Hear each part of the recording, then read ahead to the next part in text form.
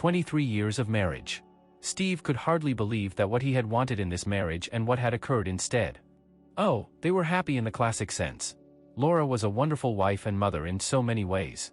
They married while still in college and both had completed their degrees and gotten on with their careers after school. And they still had time to have two great kids, both of whom were now on their own. Laura was a good wife and mother, except in the one way most men would love. In the bedroom. There she was sweet and tender and cautious and very conservative. He remembers going down on her during their first year of marriage after they had been out with friends getting drunk on cheap wine. And Laura had pushed him, no not pushed, kicked him away. That's dirty, she complained. And the actual act? Well, they had played a little before they married. Steve hadn't been her first, in fact, she had more partners than he had, but she had a bad experience with one of them. But she wouldn't talk about it, it was a mistake, is all that she said all these years. But personal life. God, did it have to be this, I don't know, vanilla? So boring. There was that one night when they had partied with friends on their houseboat. Mike and Debbie are a fun couple. The four of them had met during the Lamaze classes for their first children and had become close friends after. They were a real different couple. Mike had a series of small business opportunities that kept him traveling but having fun at it. Debbie worked as a bookkeeper for a local parts house with lots of guys around. Debbie and Laura were alike in so many ways.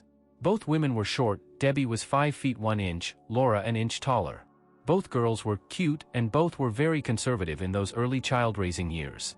Although on a couple of occasions, when they were relaxed at one of their houses after the kids had gone to sleep, Mike would tease Debbie about her past before they met after college.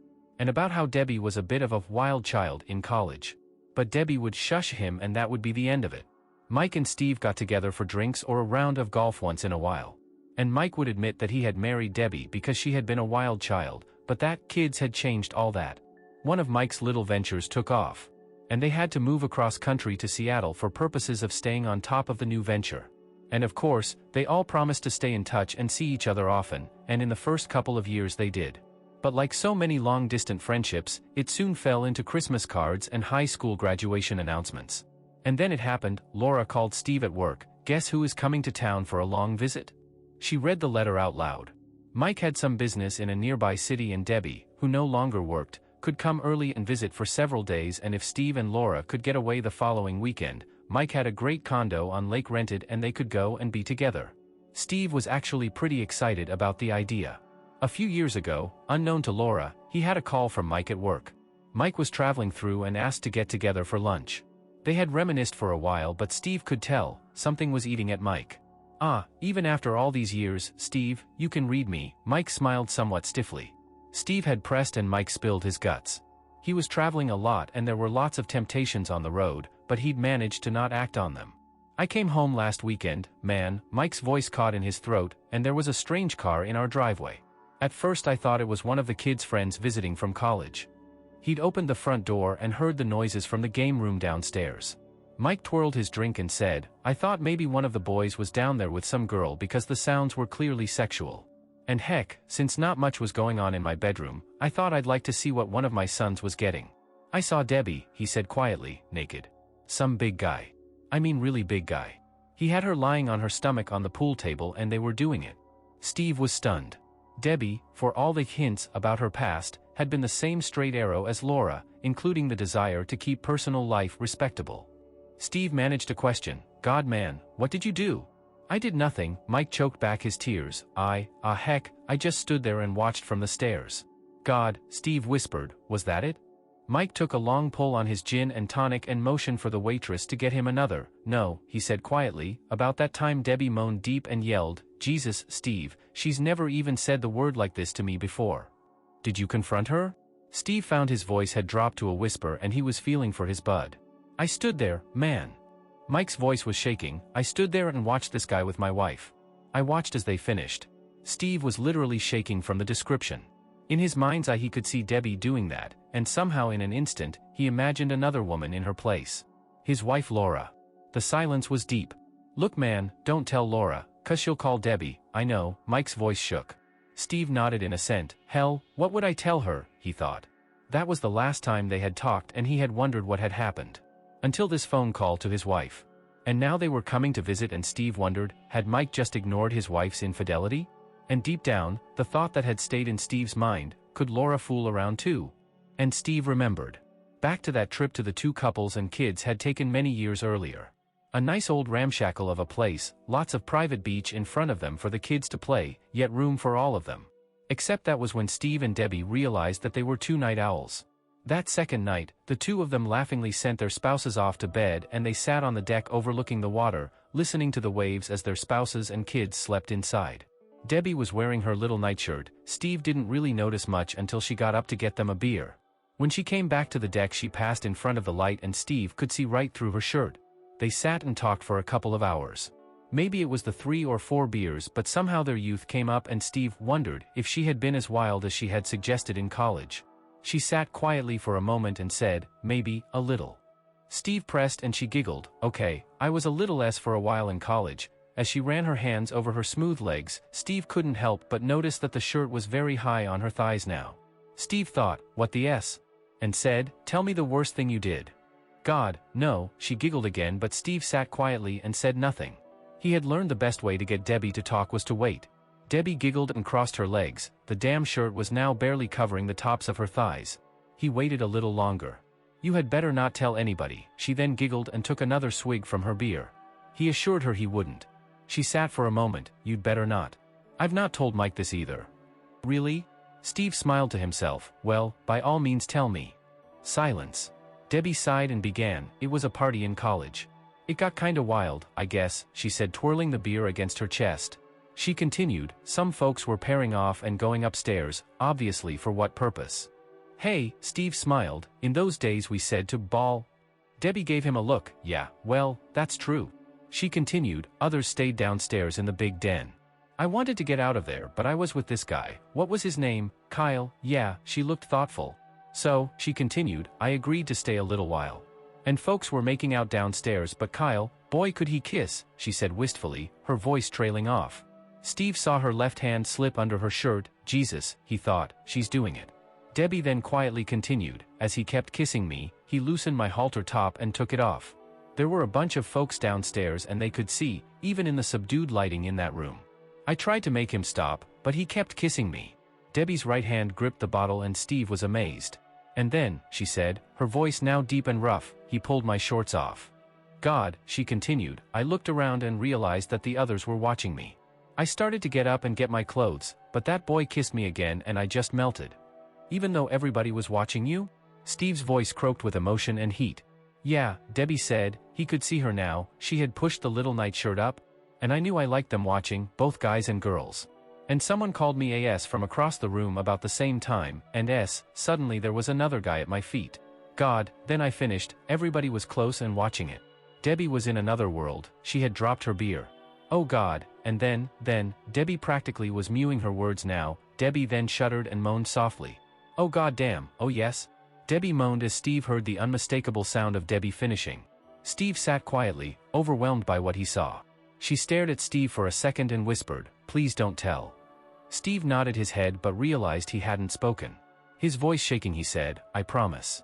Debbie jumped up and raced back into the beach house. But as she went by him, Steve could smell her scent. He got up and went over to the chair where she had sat. The doorbell rang and Laura leaped off the couch and bounded toward the door. She had been looking through some old pictures of the two couples when the kids were small and realized just how much she missed her old friends.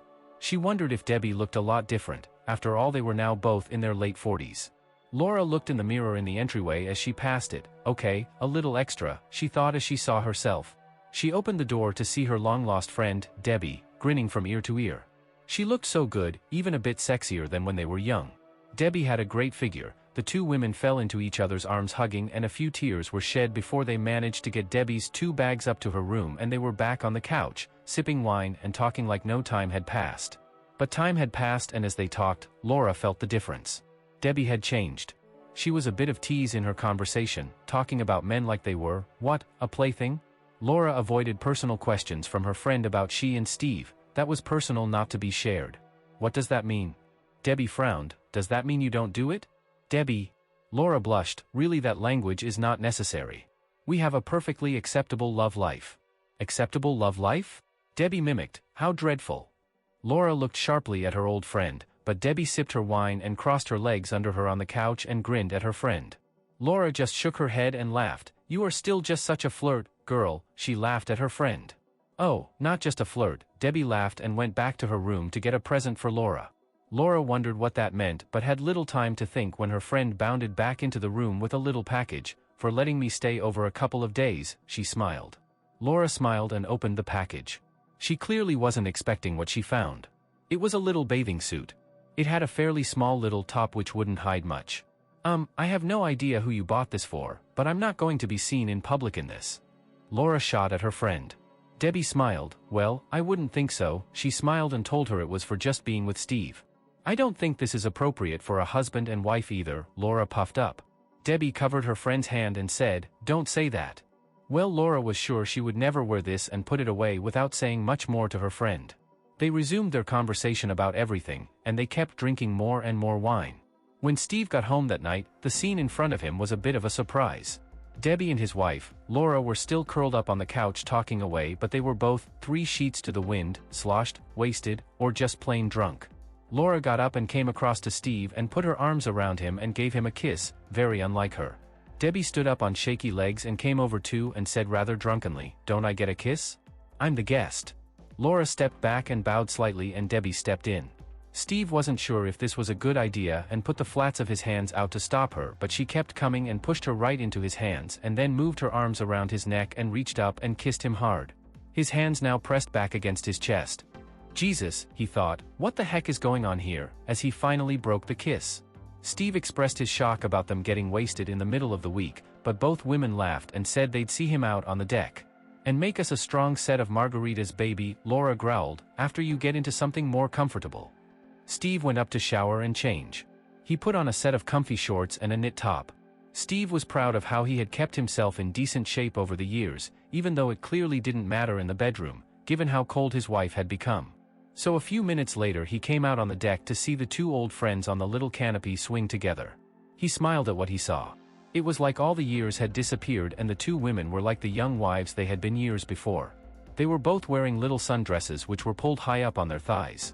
He suddenly thought of that summer night years ago when he saw Debbie on that beachfront deck. "Hey, are you bringing us the drinks or are you just staring at us?"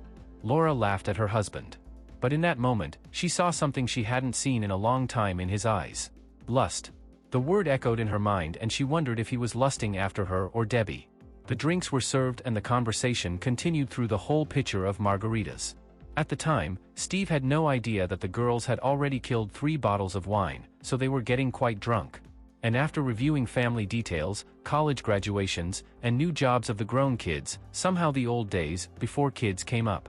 Debbie sighed and stretched out her legs. "Maybe that's the stage we're back to," only, her voice trailed off. Steve pushed at her foot with his own.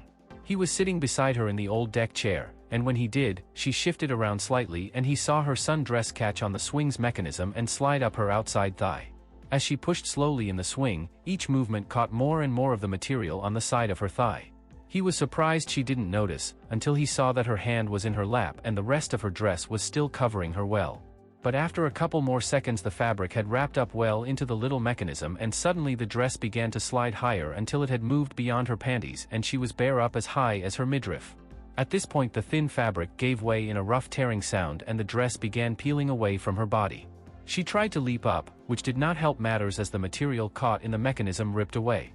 In literally seconds, the soft little dress completely ripped off her body and it sent Debbie twirling sideways until she landed in Steve's lap. He pushed her into his face. His free hand had reached out to break their fall, but Debbie had landed hard on herself and Steve's fingers, and the rest of his body fell on top of her. It took several moments to disengage. It took another minute to get her up from the deck, her eyes glazed and drunken, her mouth open and staring at Steve. Laura had come to her senses the most in this little event, and grabbed her friend by the hand and had rushed her back into the house. Steve stood for a long moment in the deepening darkness of the deck. The memory returned. Of that beach deck all those years earlier, of the taste, the aroma of that night flooded him again. He smiled, if only for a moment, and said to himself quietly, "Damn." Laura rushed Debbie through the house. Laura kept looking over at her friend. Debbie grabbed the sink with both hands and said, "Wow," and began giggling uncontrollably. Laura looked at her friend in the mirror and saw 2 things instantly. First, her friend had a very clear bite mark on her chest. Second, Debbie's face was flushed, but not with fear or concern. It looked, well, like excitement. "Are you okay?" Laura said, putting her hand on her friend's back. Wow. Debbie repeated, I don't think anything like that has ever happened to me before. Laura shook her head, well, I hope not, that was a nasty fall.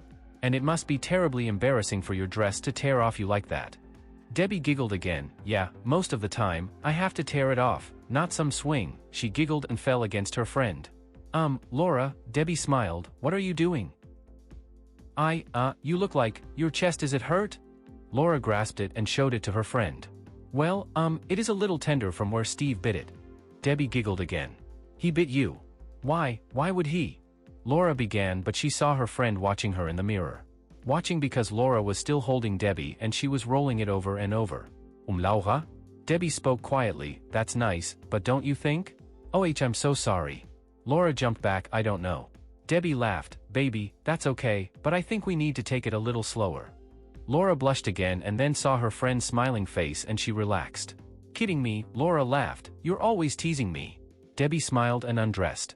Laura looked stunned as her friend did so. Why? She sputtered. To check myself. Debbie giggled, as she turned sideways to see the very clear red spot spreading over her. And Laura did see the red bruise. Are you okay back there? Laura almost whispered, trying to focus on, but her eyes kept going down. Yeah, back here. Debbie pointed to redirect Laura's eyes. Damn, I don't think it has been that red since the last time Mike spanked me. Laura's mouth flew open. He spanked you? My God, did you report him? Debbie broke up laughing. Well, no, I like when Mike spanks me. A lot, her eyes gleamed. But why does he do that? Laura's hand brushed lightly over Debbie. Well, for fun mostly, but sometimes 'cause I need to be disciplined and I love when he disciplines me. Laura's hand lay softly on Debbie, her eyes looking at Debbie in the mirror like she didn't know who she was. Why do you let him do it? Debbie put her hand on Laura's face, because I love him to do it. That last statement overwhelmed Laura and she sat down on the toilet seat in shock. What else does he do to you? She said quietly, her voice almost disappearing at her friend's confession. We can talk about this later. Debbie laughed and bounded off to her room to find a change of clothes. A few minutes later, they all gathered in the kitchen. Steve was still flushed from the experience of a few minutes ago. Laura was still flushed from seeing her friend and her statement.